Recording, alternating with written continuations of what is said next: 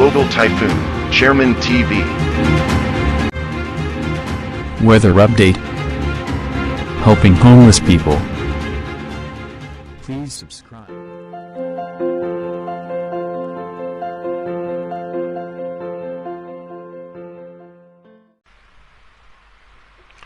Magandang umaga po. Ito po ang latest update natin ngayong araw, May 5, 2024.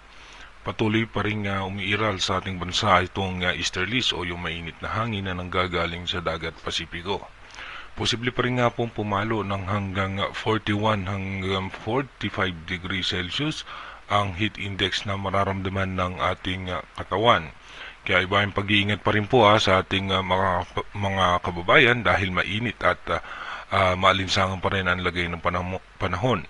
Bagaman meron nga tayong low pressure area na posibleng mabuo mamaya sa labas ng Philippine Area of Responsibility, ito po'y wala pang magiging direktang epekto sa ating bansa. At ayon naman sa latest update ng Advanced Weather Forecast ng European Center, stable pa rin nga po yung ating minomonitor na posibleng sama ng panahon. At ganun din po sa Global Forecast System ay stable pa rin yung posibleng sama ng panahon na posibleng pumasok sa ating Philippine Area of Responsibility. Dito po muna sa ating rain map animation. Asahan natin na makulimlim ang kaulapan mamayang alas 10 ng umaga sa may parte ng Visayas at may chance rin po ng mga isolated rain shower. Pagdating naman po ng alas 12 ng tanghali, ganoon pa rin po yung magiging senaryo sa parte ng Visayas at meron po tayong mga tsansa ng pagulan dito nga sa may Zamboanga Peninsula at pagdating naman po ng alas 3 ng hapon ay may biglaang pagulan sa may parte ng Ilocos region at dito pa rin po sa western section ng Mindanao may tsansa ng mga biglaang pagulan. Makulimlim na kaulapan pa rin sa may parte ng Visayas na may scattered rain shower.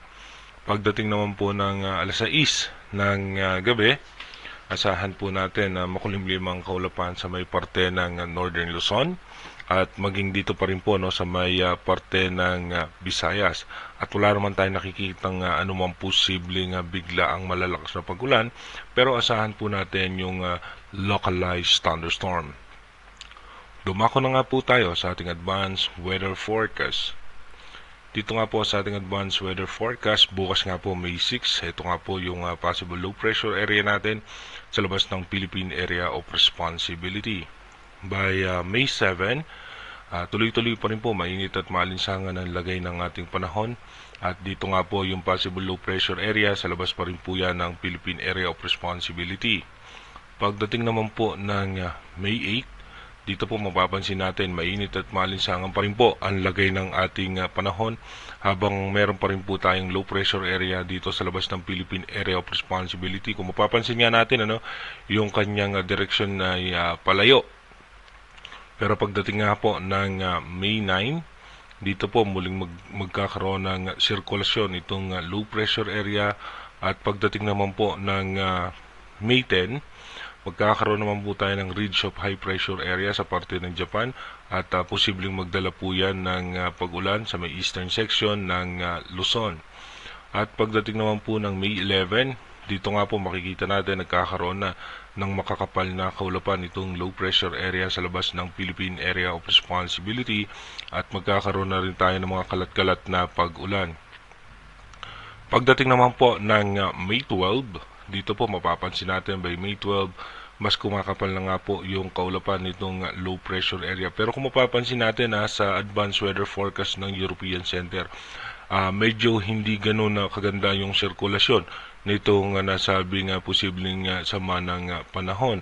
Dito nga po makikita natin sabog o yung kalat yung kanyang sirkulasyon at kanyang mga kaulapan. Pagdating naman po ng May 13, sa labas pa rin po yan ng Philippine Area of Responsibility at magkakaroon na nga ng mga pag-ulan dito nga po sa parte ng Visayas at ng Mindanao dahil nga po sa extension ng kaulapan nitong nasabing sama ng panahon. Dito naman po sa may Global Forecast System, mapapansin naman natin by May 6, ito pa rin po yan yung possible low pressure area. Pagdating naman po ng May 7, dito nga po nagkakaroon na rin siya ng magandang sirkulasyon. At pagdating naman po no, ng May 8, dito po atras yan ng bahagya, no? Pabalik, pero magre-recurve po yan patungo nga po dito paangat papunta sa may parte ng Visayas. Pagdating naman po ng May 9, dito po mapapansin natin na malayo nga po itong low pressure area, lumayo po yan at magkakaroon tayo ng ridge of high pressure area at makaka-apekto po yan sa parte ng eastern section ng Luzon. By May 10, dito nga po makikita natin nagkakaroon na ulit ng magandang sirkulasyon, yung posibleng sama ng panahon. At pagdating naman ng May 11, dito nga po ay posible siyang maging isang bagyo habang nasa labas pa lang po yan ng Philippine Area of Responsibility. At pagdating ng May 12, nasa labas pa rin po yan ng ating PAR line bilang isang bagyo. Pagdating naman po ng May 13, posible nga po yan pumasok ng Philippine Area of Responsibility at kung sakali nga po magtutuloy yan, ay ito po ang kauna-unahang magiging bagyo ngayong taong 2024. Pagdating naman po ng May 14, ito po ay nasa eastern section ng Catanduanes. Kung makikita nga natin, ayon po no, sa Global Forecast System, ito ay posibleng magiging malakas na bagyo.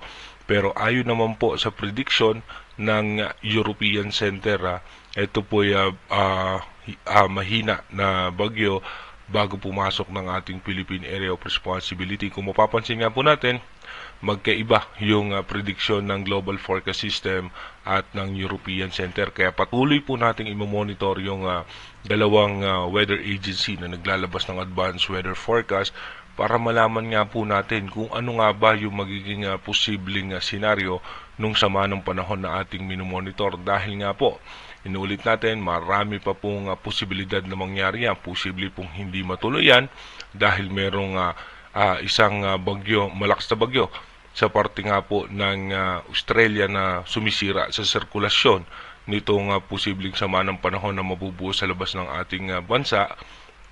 At meron pang isang senaryo kung sakaling ito magiging isang bagyo, posible nga yan dito sa may parte ng Visayas or ng Bicol region, posible rin po yan dito sa may parte ng Luzon, at posible rin po yan mag-recurve, no? Kapag ito'y papalapit ng Luzon, ito naman ay magre-recurve patungo ng Japan. Kaya mapapansin natin, marami pa pong senaryo yan.